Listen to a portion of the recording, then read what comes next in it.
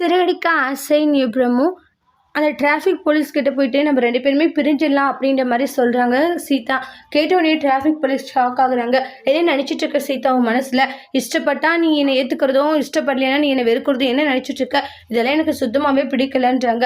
இங்கே பாருங்கள், எங்கள் வீட்டில் என் அக்கா ஒத்துக்க மாட்டேங்கிற. என் அக்கா உங்களை கல்யாணமே பண்ணிக்க கூடாதுன்னு ஸ்ட்ரிக்டாக சொல்லிட்டா.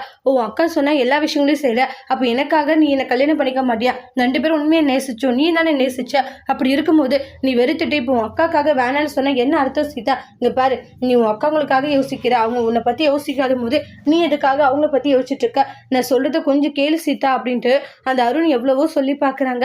ஆனா சீதா இருந்துட்டு இல்ல, என்னை மன்னிச்சிடுங்க, என்னால உங்களை ஏத்துக்க முடியாது, கல்யாணம் பண்ணிக்க முடியாது, எனக்காக வெயிட் பண்ணாத, உங்களுக்குன்னு ஒரு நல்ல பொண்ணு வருவா, அவளை கல்யாணம் பண்ணிக்கோங்கன்ற மாதிரி சீதா சொல்லிட்டு போறாங்க. அப்ப டிராபிக் போலீஸ் ஒரு நிமிஷம் நின்று சீதா, உன்னை தவிர நான் எந்த பொண்ணும் கல்யாணம் பண்ணிக்க மாட்டேன், இங்க பாரு நீ எனக்கு வேணும், அதுக்காக என்ன பண்ணணுமோ அதை பண்றேன்றாங்க.